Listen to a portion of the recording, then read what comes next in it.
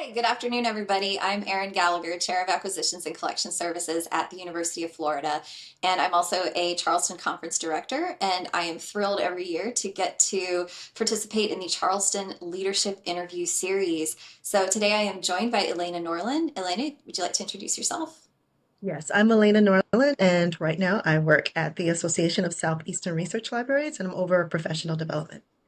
Wonderful. Well, thanks for joining me today. This is one of my favorite things about the whole conference experience every year is getting to talk to thought leaders and folks who I admire in the industry. So, through your role at ACERL, you provide immense support for ACERL member libraries, such as my library, through workshops, training sessions, presentations, and the like. So, what is your library origin story, and how did your career journey lead you here? Yes, I have been a librarian for over 20 plus years, and I've worked in almost every sector, not quite every sector, but almost every sector. So I started off at the University of Arizona as a undergraduate librarian, which that was part of when University of Arizona was part of that team-based environment. I was knee deep in that, so all things teams. So I was there. I actually received tenure from the University of Arizona. So when I left, people thought I had lost my mind. And so, but I always felt that I wanted to, as a librarian, I was very curious and I always wanted to see a variety of different things. I didn't want to be stuck anywhere for any period of time. I just felt librarianship was so vast that I wanted to be a part of all of it. And so I left Arizona and I worked for the IMLS for about 3 years. And I was a senior program officer for recruitment training and continuing education. Then I left there. People thought I was crazy, and I left and I worked for OCLC, and I was head of strategic initiatives and outreach for the DC branch office in OCLC. It OCLC around that time decided to close all of their sort of OCLC branches down. So and all that stuff merged to Lyricist and stuff like that. So they wanted me to come to Dublin, Ohio. I was like, no, no for Dublin. So I actually got a job as a director at the African American Research Library in Fort Lauderdale. And that was also part of the Broward County Library System. And I was there, I was a director and a regional manager for about 9 years. So and I got a little bit burned out of that. I just wanted to do something different. And I really thought I was going to go back and just be a director somewhere else. I stopped and wrote a book. And after the book was over, I was like, I'm going to be a director again. But meanwhile, while I was writing the book, I took this job at ACERL. Just somebody said this will be a good job to take while you're writing your book. And maybe 2 months after I got this job, I actually the pandemic hits. Mm. So so I was there, and so I recognized that I was this job is really pieces in a lot of my variety of skills things because I used to work at OCLC. I used to kind of do the same similar work when I was at OCLC. So this job came really natural to me, and then I realized I really enjoy working at home a lot more than I realized, from when I was a director. Yeah.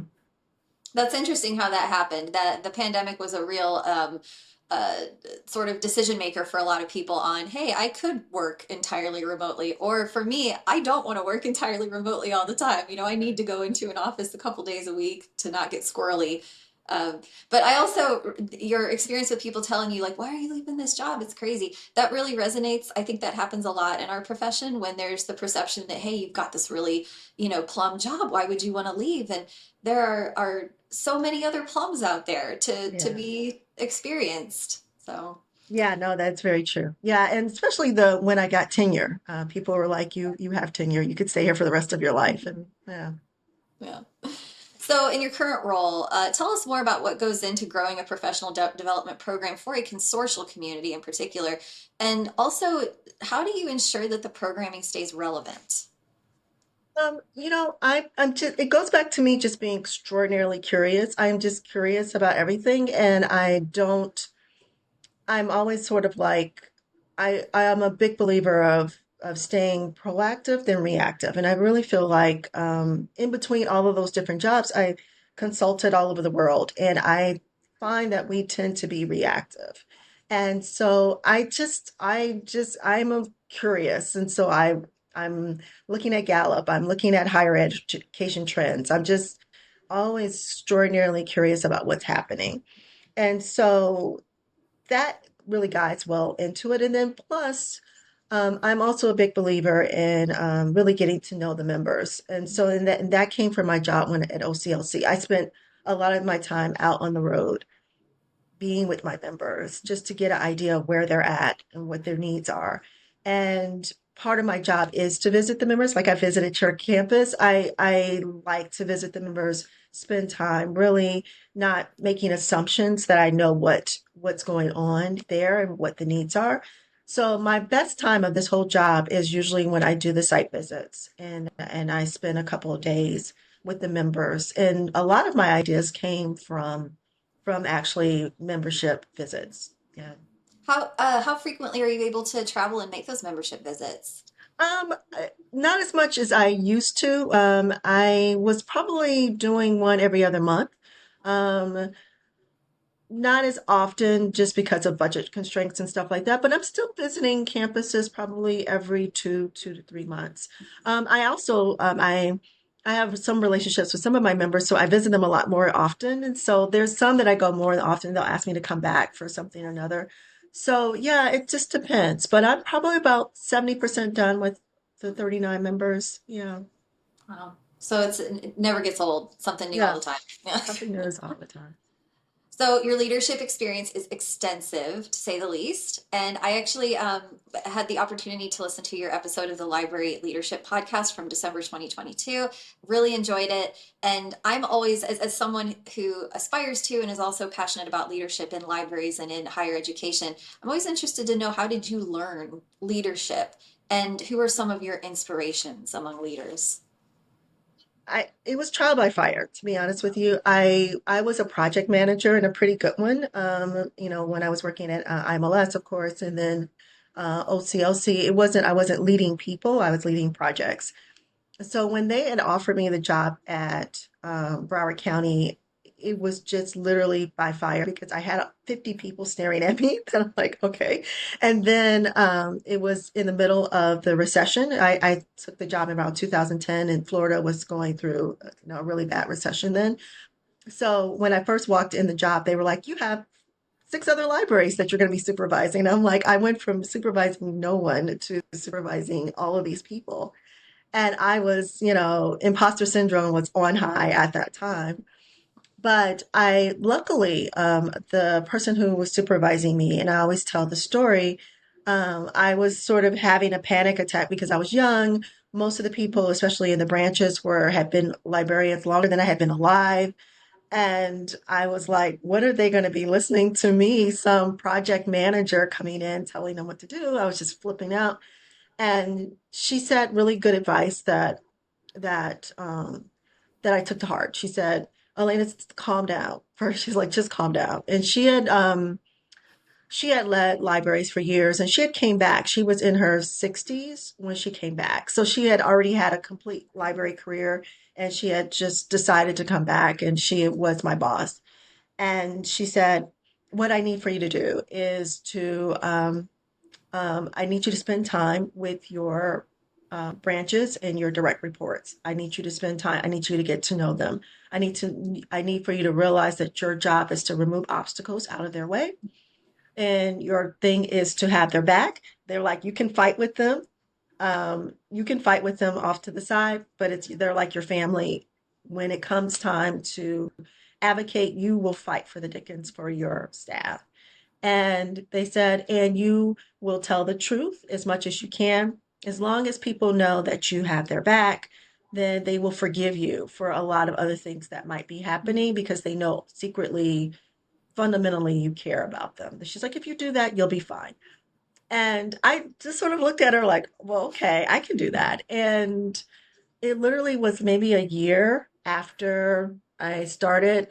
Somebody had retired. One of my managers had retired, and she said I was the best manager she had ever had in 35 years. And that Wow. was a like super boost of confidence. But it was the same thing. I would fight with her on different things, but I literally my region was known that I was a fighter. I fought for all of my staff. And so, um, yeah, so that was really good advice. And then the second piece of it, it wasn't advice, it was one of the staff that managers I was supervising that had a really positive, engaged staff. And he didn't really have that many problems. I had a lot of problem childs that I was working with, but um, he never had many problems. And I just observed him. I spent time just talking to him, observing him, talking to his staff, asking questions about why they loved working there so much. And a lot of things he did, I just did it. I felt like, there's always room to learn more. So I adapted a lot of the things that he did, and and I felt that my interaction with my staff was getting better based on observing what he was doing.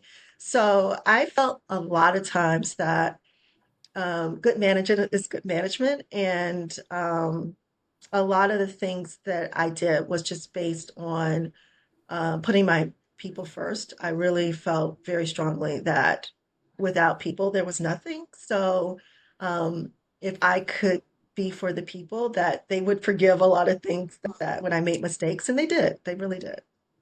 You got really wise advice early, Elena. I love that. I really want to take that to heart, the idea of like removing obstacles, because really when you are you know thrust into or assume a leadership role, nobody tells you how to do it. And I know that for me, same, that imposter syndrome. And my first, I was leading a department of only 5 people, not 50, but they were all far, far more seasoned in the profession than I. And I had the same thing. Why are these people going to listen to me?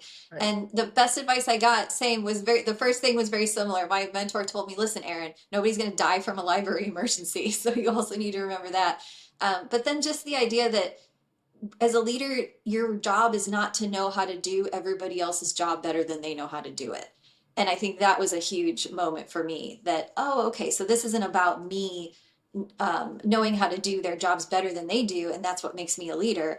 It's having their back. It's removing those obstacles. It's helping to oil the machine so that they can do what they know how to do best. And that was, you're right. Like you have to either have a really good inspiration or mentor or peer group to help with that.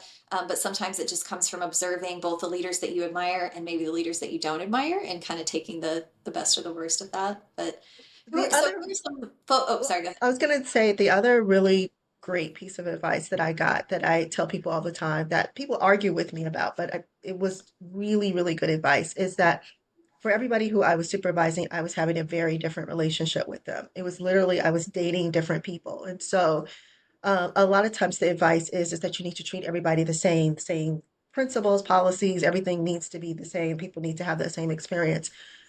And my supervisor, my boss, told me, no, you're having a very different relationship with people. And when I would meet with my direct reports once a month, they all knew I was having a different relationship. So it wasn't in the dark. So some of my direct reports I was talking to every single day. Other direct reports, I would talk to them maybe weekly, maybe. And then some of my direct reports, I like the guy that I admired. I only saw him once a month because he was doing so well. He didn't need me. I mean, when he needed me, he called me, of course, but he didn't need me on a day-to-day level. I had more needier ones that needed me a little bit more. And then I had some new ones that needed me a lot. And then I was like, teared up because one day they're like, we don't need you as much. I'll see you once a month. I'm like, no, they're growing up. Right, right. But I that advice was invaluable to me because allowing the individual relationships with them, but still coming together, but recognizing that everything wasn't equitable at all times, Mhm. depending on if they're new or seasoned or what they needed. It was me to be flexible, not the other way around. And that was my boss had drilled that to me. She's like, you're getting paid more money to be you're being flexible. Stop, she's like, don't insist that everybody be, adapt to you. You're getting paid more money. So if you're getting paid more money, then it's you who needs to be more Mhm. flexible. And that advice was invaluable for me. That's very sage. So bringing things back to Acerl, one of Acerl's key values, the one that speaks most to me, is belonging. So how do you believe that cultivating environments of belonging is leading to positive change in libraries? Yeah, I think it's harder than ever before now in our sort of hybrid remote type environment. Um, one of the things that we've been really lucky with for the last couple of, maybe 2 years is to have sort of smaller professional development in-house opportunities that are 50 and under kind of opportunities where people are learning different things, but it doesn't feel conference overwhelming, but it's a chance for people to get to know other people within the membership. And we've just been getting overwhelmingly good responses for that. Just, it's a lot of work on my part, right? But it is just to see people get together in these smaller groups and feel like they're learning and connecting and stuff like that. It's just been really good. And that's a really nice thing of having a membership that's, 39 members allows for us to do sort of specialized targeted programming. I like that smaller group programming too. You're right. There are people who would perhaps not speak up or feel like they weren't as authentic in a space with even 100 people versus 40 people. And so the folks who are comfortable regardless speaking up in any size end up, I think, maybe getting more out of that interactive experience than someone who, hey, I'd like a little bit of a smaller group in order to feel like I can speak up, feel like you have that confidence. Yeah, Um, no, that's but so true. this is a good segue because I'm at the University of Florida. We're an ACE member library, and so when I was prepping for this for our convo today, I saw that ACE does hold professional development retreats for library members, and I even saw some pictures and like some really great blog posts, and it seems like people are getting a lot of value out of these. So can you give us some insight into what goes into planning and leading these kinds of retreats? Yes. So it's mainly necessary to find a host location because I mean, I'm here in Miami and a lot of it is the generosity of the host location. Um, And so it's picking out a location that is easy for people to get to and all of these other dynamics, location, location, location.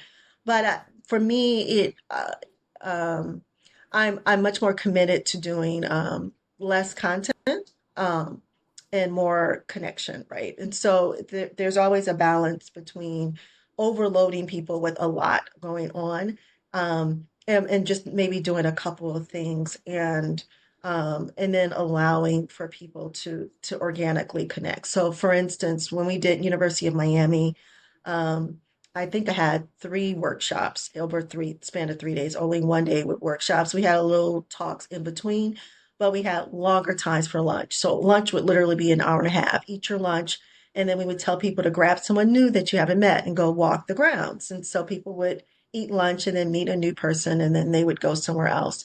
Um, we would have meditation in the morning and we would have sort of exercises of relaxation and healing in the afternoon. So it was still content, but it was still a lot of things where people could reflect.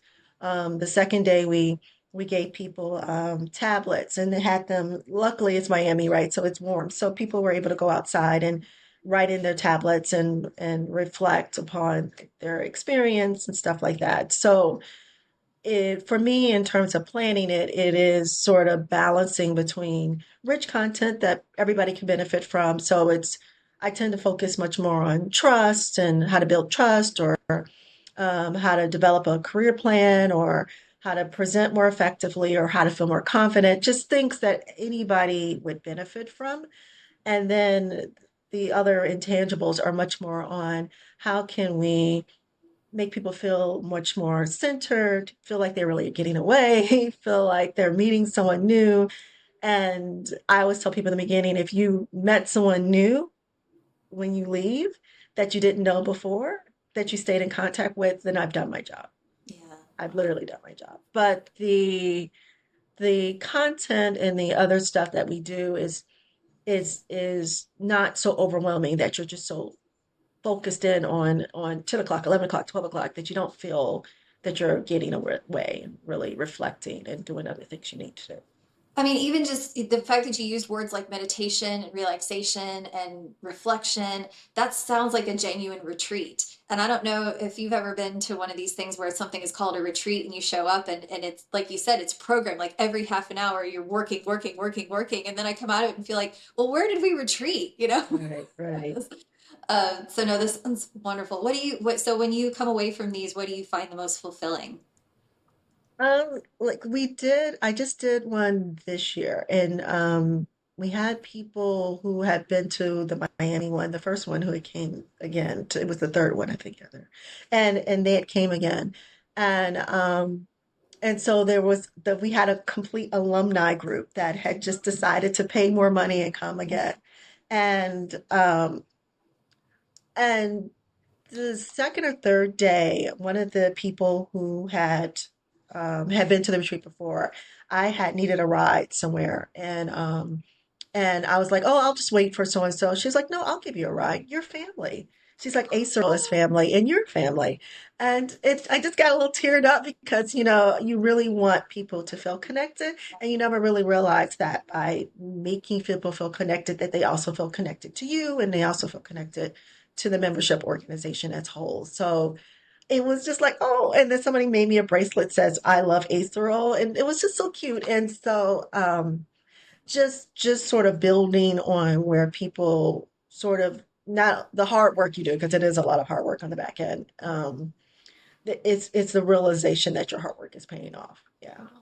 I love that so much. And this is also not surprising because my sense as an ACERL member librarian is that it's a real love fest for ACERL. Like even just going, we were at the Charleston conference a couple of weeks ago on this gorgeous rooftop, getting to enjoy a generous reception where I'm meeting other ACERL member librarians. And it was just so positive. It was really nice. It was such a warm feeling to come out of there and feel like, all right, I work with great people in the state who I am making connections with, and I feel like I'm now part of a yet another community that I can tap into. So No, it's great. that's very true because we're setting up now a special collections archives. We call it Risky Business Conference, and we have two people who are chairing it, who's chaired it, who have been chairs for like 3 years, and they were like, "Are you going away?" They're like, "No, we love it," and so it's just great. Yeah. Oh, nice, nice. Well, so you've also had some big news recently, which is I want to congratulate you on your editorial committee membership for the new Katina publication. There was a lot of buzz around that at the conference. I really missed out on getting one of those cool T-shirts, but I'll try to get one day. But so, what's this new role going to entail, and what are you most excited about? Yeah, I'm on the advisory board for the professional development one, and we are just sort of identifying people who, just sort of like what I was saying before, who are on top of trends that impact us, and being able to share that. And so it's for us really to identify people who are doing really good work in that area and encouraging them to publish with us. And so. Um, just because my general work is looking and trying to find people at all times that could produce for our webinar series, and it's really exciting to just be able to tap into people who I know are doing really good work, and have them come and write something for us. And it sounds like a perfect fit for your curiosity as well. Yes, it You're is. already kind of keeping your finger on the pulse and looking around Yeah. at the trends. And so this sounds like a perfect role. So Mhm. I can't wait to see how that turns out. Are you a regular attendee of the Charleston conference or do you try to go as frequently as possible? I've been really lucky. I come from a public services background, so when I first got to ACERO, um, John was like, "You're gonna go to Charleston." I'm like, "Why? What's that about? What's going on?" And so I had never heard of it because I was more on the public services Yeah. end. But I went the first time I went, John doesn't, it's not his thing. So he was like, "You go." And so I'm like, "Okay." And so, but I found people super friendly. And I didn't, because a lot of times when you're in a new venture, you don't know anyone. I knew some of the members, of course, but I didn't know anyone. And I just found everyone so friendly. I met Leah the first year I was there. I've been 4 years. But I met Leah the first year I was there. I volunteer. I volunteer every year, and I volunteered and met a lot of people from that. Um, Yeah, I really enjoyed it because for someone like me, I'm not antisocial, but it's not like I would go and just be the life of the party everywhere, but I just felt at home right away. So I've been every year since I've been in Israel. Yeah, I really enjoy it. It is funny how it can feel like home so quickly. I think it's a rarity among conferences. I know there's like ERNLs in Austin every year, but there's something different about Charleston, how it really feels. I've been going every year since 2012. And so I stay at the same Airbnb every year, and it really does feel like I'm going to a little home away from home. And then the more people you meet, also, I call myself a high functioning introvert. I got to go away sometimes to, Sure. be Hmm. able to function.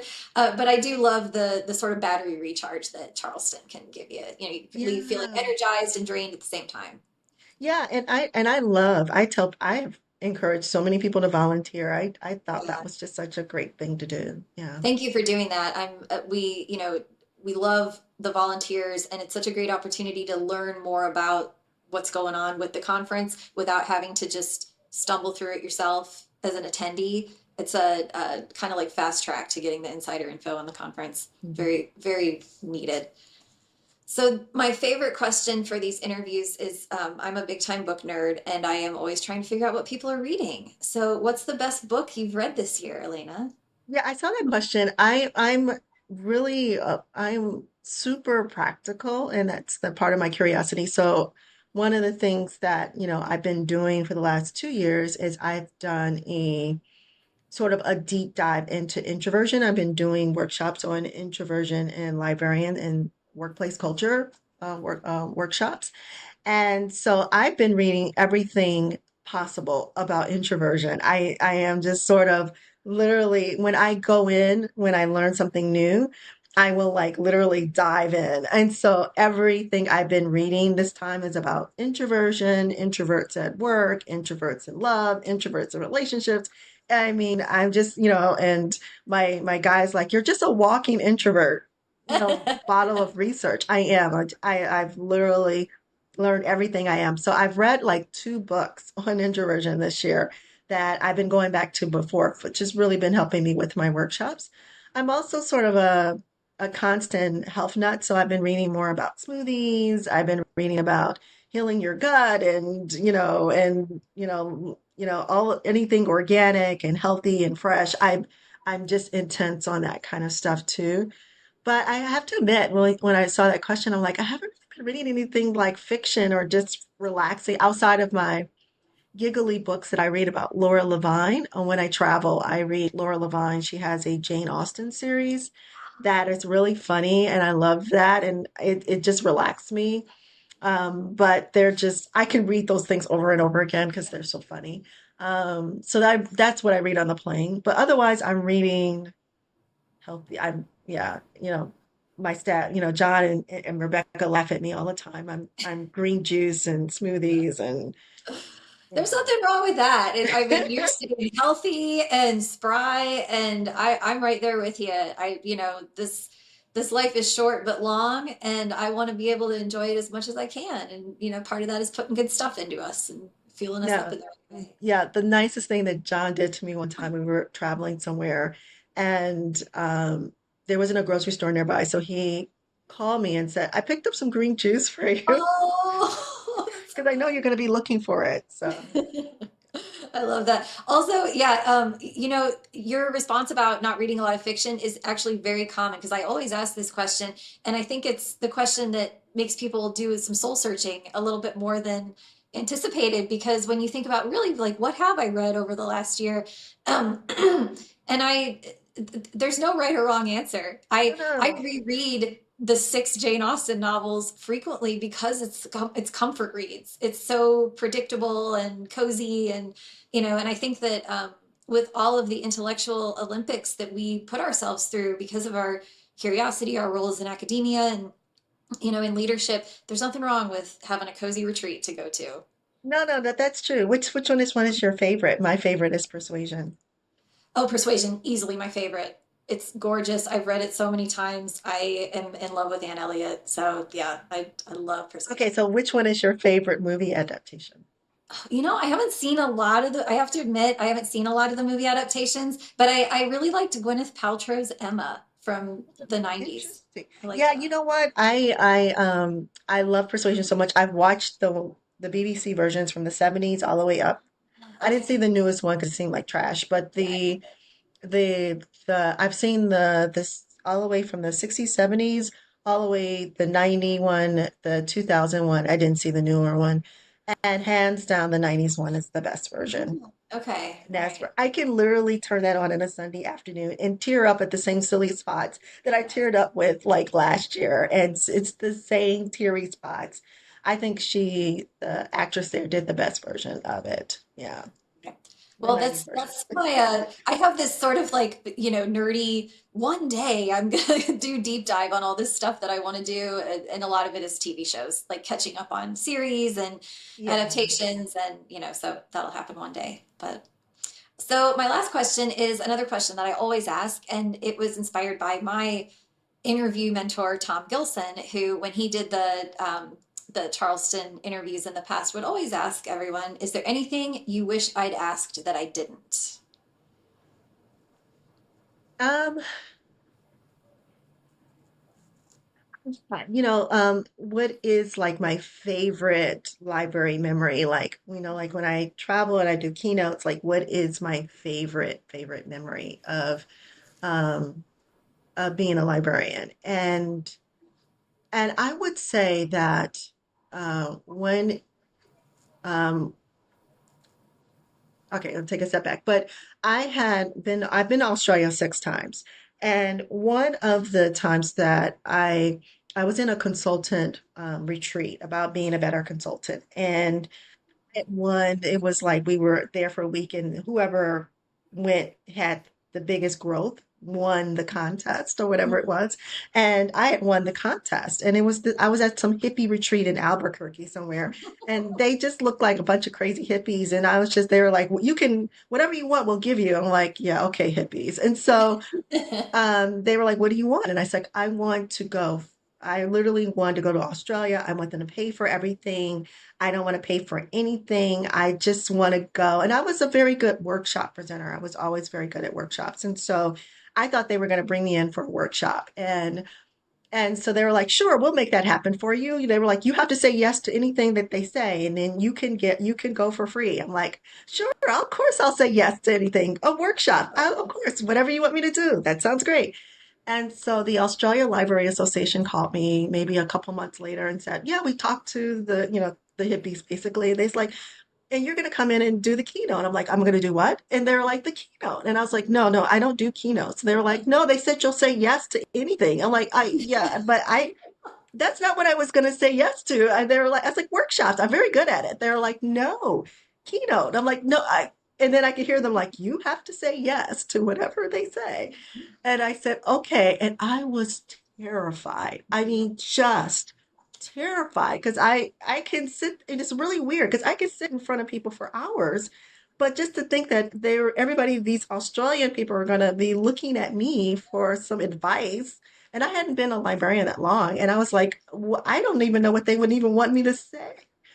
And so, but they're like, "You said you'll do it." I'm like, "Yeah, yeah, I'll do it." And so I was the last keynote last day, and I was literally just writing it into the last minute, which was very unlike me. I'm a very J planner. And so that was really the sign I was stressed because I never write things to the last day. And so I get up there and I do the top, it was called the top 6 things or 7 things or whatever I loved about being a librarian. That was the keynote, right? And so I did it, and the Aussies were like, "Good job," whatever. And I was like, "Okay, I'm just so glad that was over, like I'm so glad that's over." And the next year, the Australian people called me back and said, "We want you to come back and do another keynote." And I'm like, "Okay, I can do that." But I find out later that I was being funded through the Elaina fan club. And so I didn't know that until I got there. and somebody gave me a card. It was all these people from the previous year who had signed this card, and about how they took the principles I had and actually implemented them for the next year.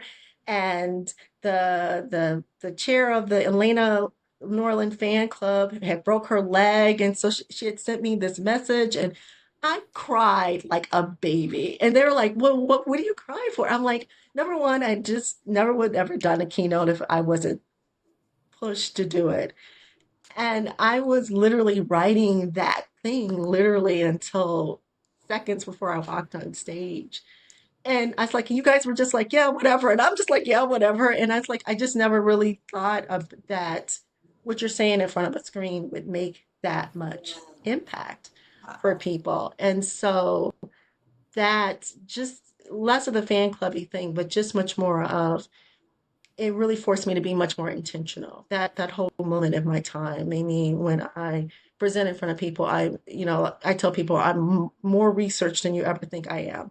And I'm so much more intentional because you never know what people are thinking Yeah. in the audience. So I never take it for granted. And I always tell people that was the moment that I never take when I do keynotes, or anything like that for granted anymore.